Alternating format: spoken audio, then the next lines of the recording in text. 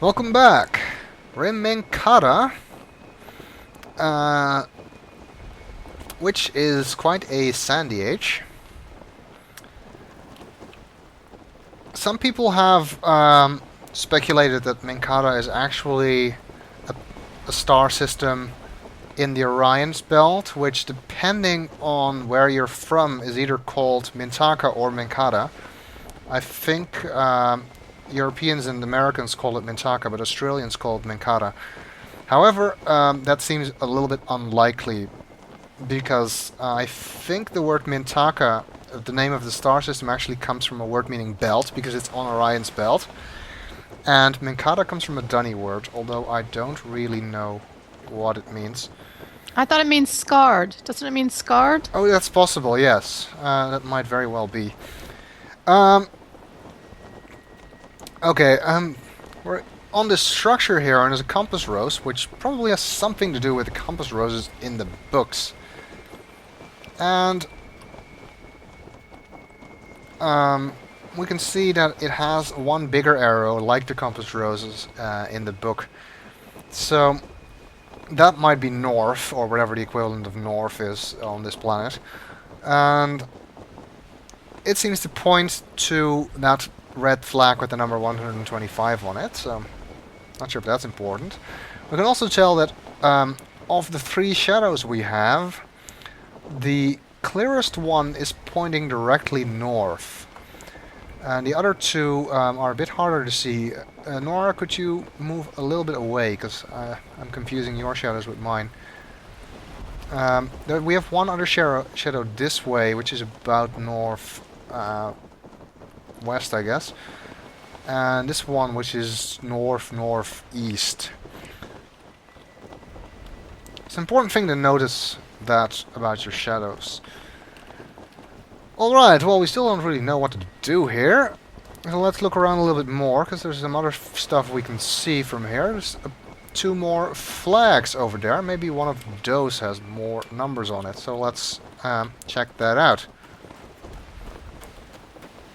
We'll leave some more footprints. The footprints do actually erase after a while. I guess they get blown out by the wind. But they stay around for a little while.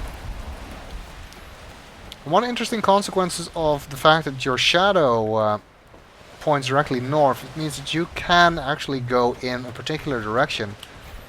Exactly, even without seeing the compass rose on top of the structure.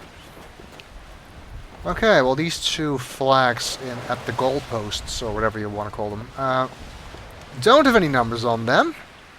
So that's not helpful. Let's see, are there any more flags? Yeah, you can see when you get out a certain distance, things get a little foggy because of the sand. Yeah. Actually, the further away from the structure you are, the denser the dust gets. So the harder it is to see further away. So if you're exploring this place together, you want to make sure that you don't get too far away from each other. Which is gonna be complicated because there is a situation here where you have to keep moving. Oh, there's another flag on this side, which is raised half post, so I guess somebody died. Although, I don't know if that's also a Dunny custom. Probably it isn't. So let's see if this one has a number on it. If it doesn't, then we're stuck because none of the other Yes, it flags. does. It Because there are does. no other flags, at least not within viewing distance. This is Um, the one. Yep, it has a number on it, and it appears to be backwards from this side, so let's look at it from this side. And it's 100, or 625. Again, it isn't really necessary for you to understand the Dunny numbers, you just have to be able to recognize them from the notebook. So where does that put us? We have two flags with numbers on them, the red flag and this one. Well, this flag is quite a bit further away from the central structure than the 125 flag. In fact, I'd say it's about 5 times further away, which is interesting because the number on it is also 5 times higher. And in fact, that's the only reason why I'd say it's 5 times further away, because otherwise, of course, you can't really estimate that exactly without measuring it by counting footsteps or something. So maybe these numbers are distances. And if you think about it, that actually makes a lot of sense. So if we have all of these compass roses, which give us a direction, and the number inside of them doesn't correspond to direction, so maybe they are distances. Which means that each compass rose in the notebook points you a certain way and a certain distance.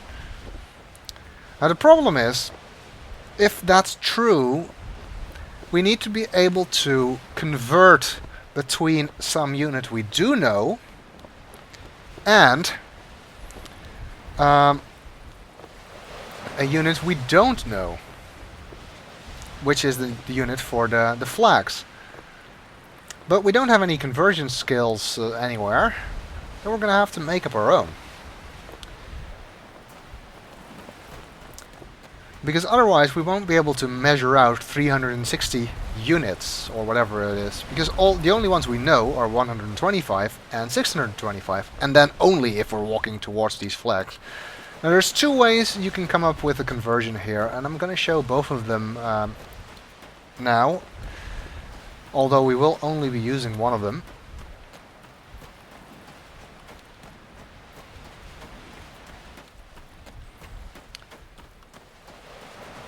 So the assumption we have to make here is that the distances are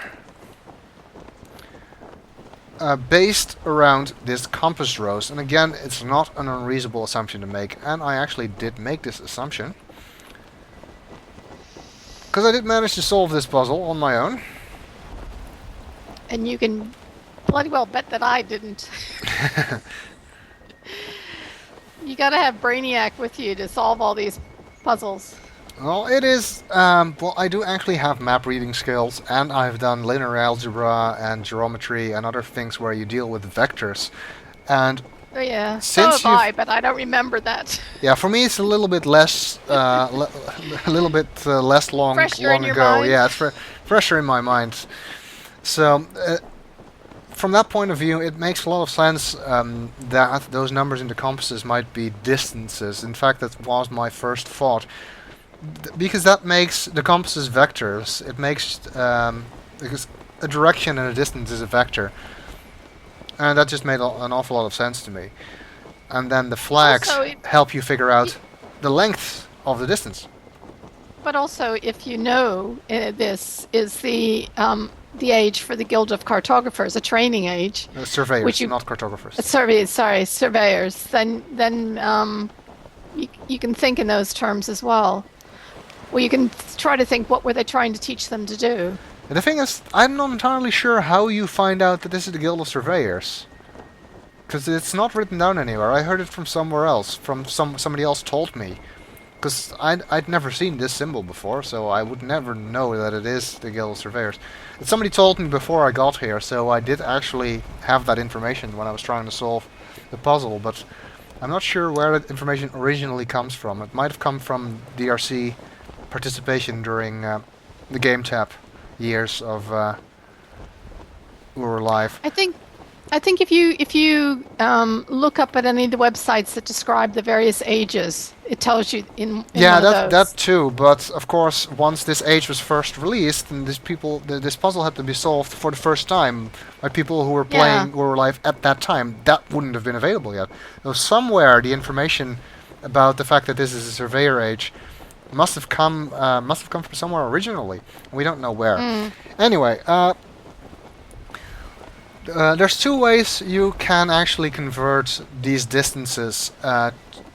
One of them is footsteps, so because you can easily see your footsteps in the sand. It's a little bit hard because of the fall you have to make when you come off here, but you could basically count it as 1, 2, 3, 4, 5, 6, 7, 8, 9, 10, 11, 12, 13, 14, 15, 16, 17, 18, 19, 20, 21, 22, 23, 24, 25, 26, 27.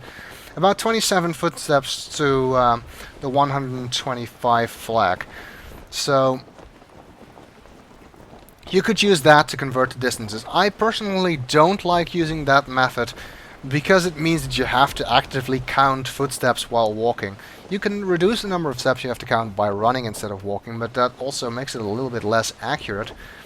So, and because you're going to have to walk rather large distances, it can get very annoying if you have to keep counting footsteps and make sure you don't lose count anywhere.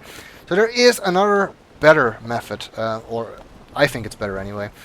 But we'll have to explain that in the next video.